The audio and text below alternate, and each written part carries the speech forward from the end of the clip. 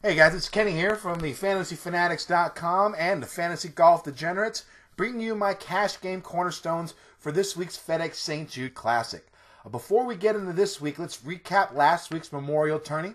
My four picks were Adam Scott, Matt Kuchar, Patrick Reed, and Phil Mickelson. It was a decent week as all four golfers made the cut. Adam Scott finished in 31st, Kuchar finished in 4th, Patrick Reed was the weakest of the bunch with a 5 over 57th place finish, but he did score weekend points, which is definitely what you want when it comes to cash. And Lefty, he finished in 22nd place. Hopefully you paired these four guys with any of the popular $6,900 plays like Ben On or Bill Haas or Mark Leishman or Steve Stricker. I went Leishman and Stricker and got 6 of 6 through to win across the board in cash last week. I've been on a bit of a hot streak. If you count I didn't make a video for the Dean and DeLuca, but I did post my cash game cornerstones on my Twitter feed. So if you count that, I've gone 11 of the last 12 picks have made the cut the last 3 weeks. So let's see if we can continue this little hot streak this week at the FedEx St. Jude Classic. Now, this tournament is played at the TPC Southwind in Memphis, Tennessee. It's a fairly tough course. Ranking inside the top 15 most difficult courses on tour year in and year out. The fairways are narrow and tough to hit. There's water everywhere. There are actually more water balls on this course than any other course on tour since 2003. The next closest is TPC Sawgrass, and it's still 1,400 water balls behind TPC Southwind. So you're definitely going to see some balls in the drink this week.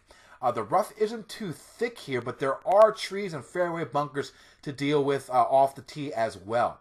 Now, on approach shots, golfers will see smallish Bermuda grass greens that are tough to hit.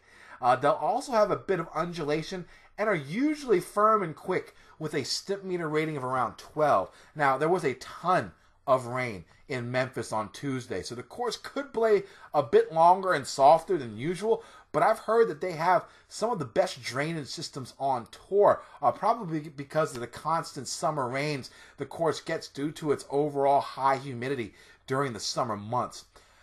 The stats I'm looking for this week are going to be par 4 scoring, strokes gained approach, a little bit of scrambling or strokes gained around the green, whichever you prefer, and good drive percentage, which is a combination of driving accuracy and greens in regulation from off the fairway.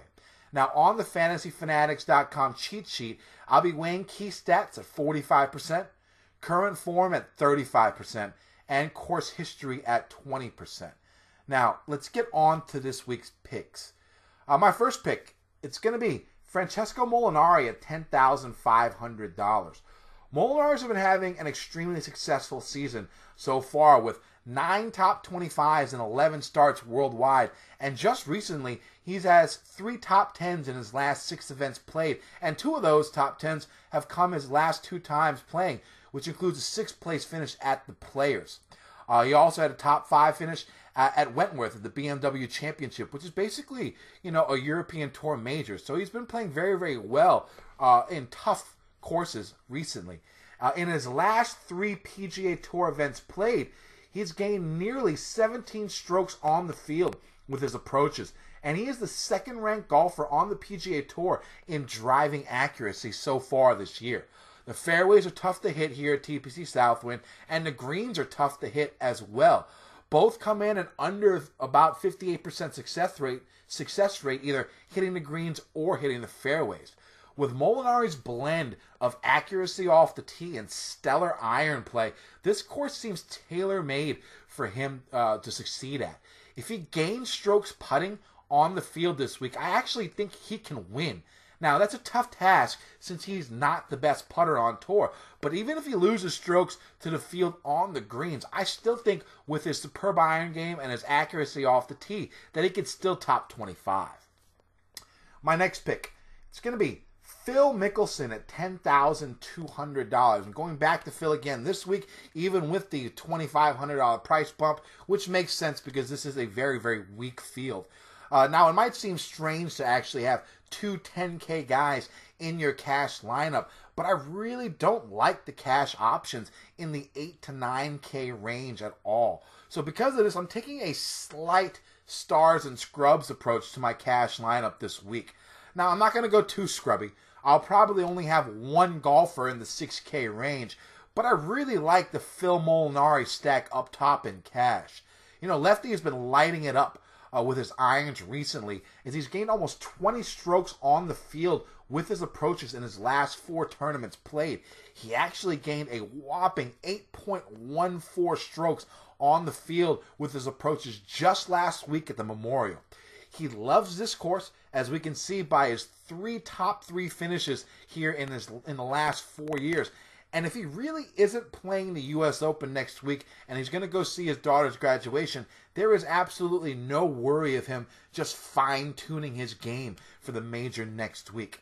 He's got to be tired of all the "you haven't won since 2012" talk, and this seems like his best opportunity to get a win on a course he loves, with good current form, and playing against a really, really weak field.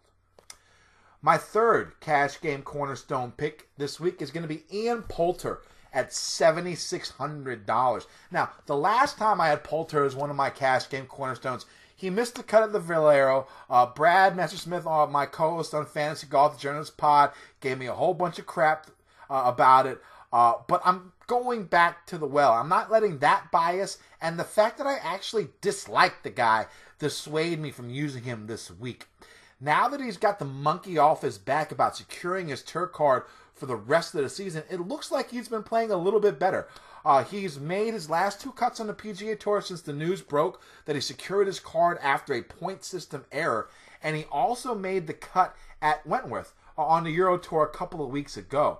In his last 2 PGA Tour events, he's been really, really good with his irons, gaining 14 strokes on the field at the Players and the Byron Nelson combined.